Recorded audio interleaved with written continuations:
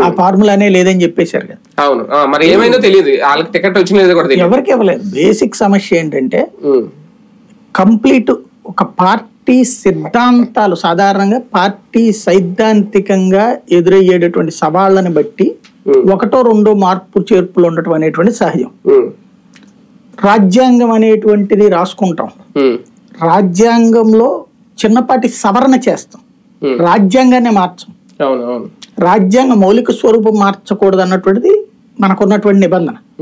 అందుకోసమని సుప్రీంకోర్టు ఎప్పుడు కూడా రాజ్యాంగ మౌలిక సూత్రానికి లోబడి మాత్రమే జరగాలంటుంది, అంతే కదా.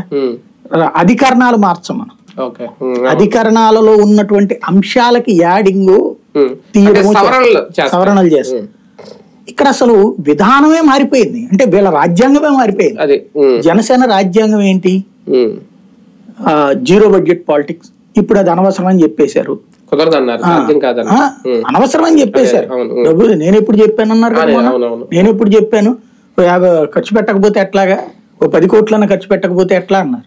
అంటే వాళ్ళ పార్టీ మౌలిక రాజ్యాంగం మార్చేసినాడు.